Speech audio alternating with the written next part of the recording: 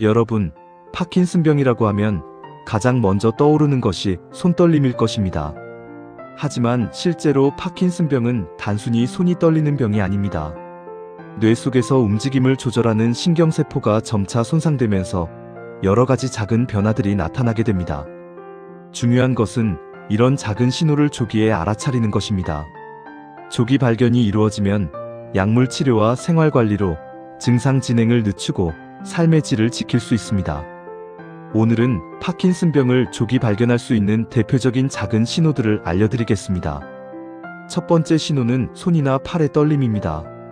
차를 마실 때 컵이 흔들리거나 숟가락을 들 때 손이 미세하게 떨리는 경우가 있습니다.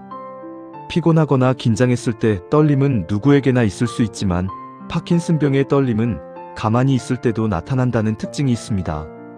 쉬고 있는데도 손가락이나 손목이 떨린다면 반드시 확인이 필요합니다.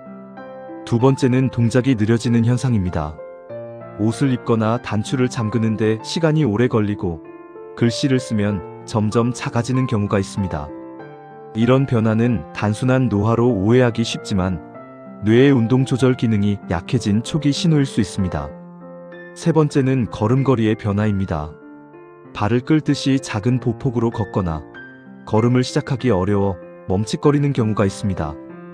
또 걷다가 방향을 바꾸는 것이 힘들어 몸이 뻣뻣해지는 현상이 나타나기도 합니다. 만약 이런 증상이 반복된다면 파킨슨병을 의심해야 합니다. 네 번째는 표정의 변화입니다. 웃거나 놀라는 감정이 줄고 얼굴이 무표정해지는 경우가 있습니다. 가족들이 왜 그렇게 인상이 굳어있냐라고 말하는 경우가 생길 수 있습니다. 눈 깜빡임이 줄어드는 것도 대표적인 신호 중 하나입니다. 다섯 번째는 목소리의 변화입니다. 목소리가 작아지고 단조롭게 들리며 발음이 부정확해지는 경우가 있습니다. 평소보다 대화가 힘들어지고 상대방이 잘 못 알아듣는다면 신경계 문제를 의심할 수 있습니다. 여러분, 이런 작은 변화들은 가볍게 넘어가기 쉽지만 실제로는 파킨슨병의 중요한 신호가 될 수 있습니다. 특히 여러 증상이 함께 나타난다면 반드시 전문의 상담을 받아보셔야 합니다. 그렇다면 왜 이런 증상이 나타나는 걸까요? 파킨슨병은 뇌 속에서 도파민이라는 신경전달 물질을 만드는 세포가 점차 줄어들면서 발생합니다. 도파민은 우리 몸의 움직임을 매끄럽게 조절하는 역할을 합니다. 그런데 이 물질이 부족해지면 손발의 움직임이 느려지고 근육이 뻣뻣해지며 손떨림 같은 증상이 나타나는 것입니다. 파킨슨병은 나이가 들수록 발병 위험이 높아집니다. 특히 60세 이후에 많이 발생하고 남성이 여성보다 약간 더 높은 발병률을 보입니다. 그러나 중요한 점은 누구에게나 나타날 수 있다는 것입니다. 조기 신호를 구체적으로 살펴보면 먼저 글씨체 변화가 있습니다. 글씨를 쓰면 점점 작아지고 획이 뻣뻣해지는 현상은 흔히 보이는 초기 증상입니다. 또 식사할 때 숟가락을 자주 떨어뜨리거나 물컵을 쏟는 일이 반복된다면 단순 실수로 넘기지 마시고 확인해 보셔야 합니다. 걸음걸이의 변화도 눈여겨봐야 합니다. 발을 끌며 걷는 작은 보폭, 방향 전환이 힘든 모습, 그리고 걸음을 시작하거나 멈추는데 시간이 걸리는 현상은 파킨슨병 환자에게서 자주 보입니다. 가족들이 가장 먼저 알아차리는 신호가 바로 이 걷는 모습의 변화입니다. 또한 수면 중 이상 행동도 전조 신호일 수 있습니다. 꿈을 꾸면서 큰 소리를 내거나 팔다리를 심하게 움직이는 경우가 있습니다. 이는 뇌의 운동 조절 기능에 변화가 생기면서 나타날 수 있는 초기 징후입니다. 냄새를 잘 맡지 못하는 것도 중요한 신호입니다.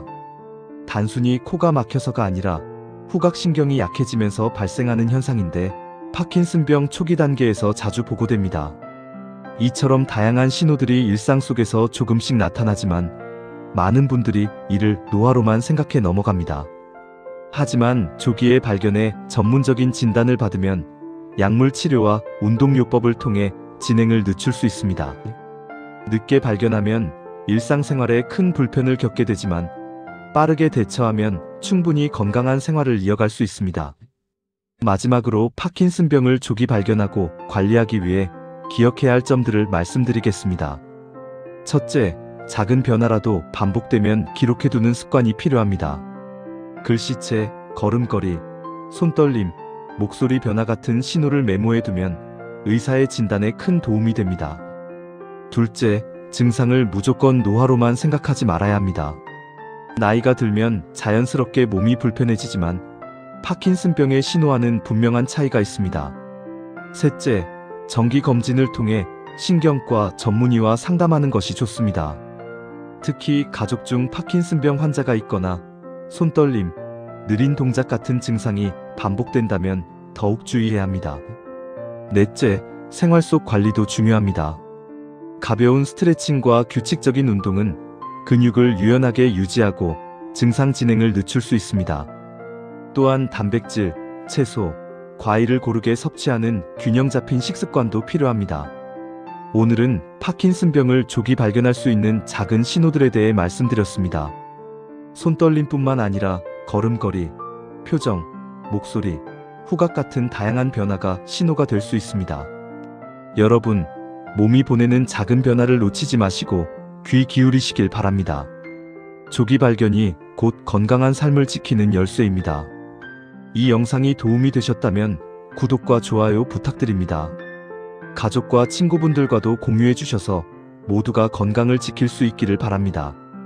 댓글에 경험이나 궁금한 점 남겨주시면 함께 이야기 나누겠습니다. 감사합니다.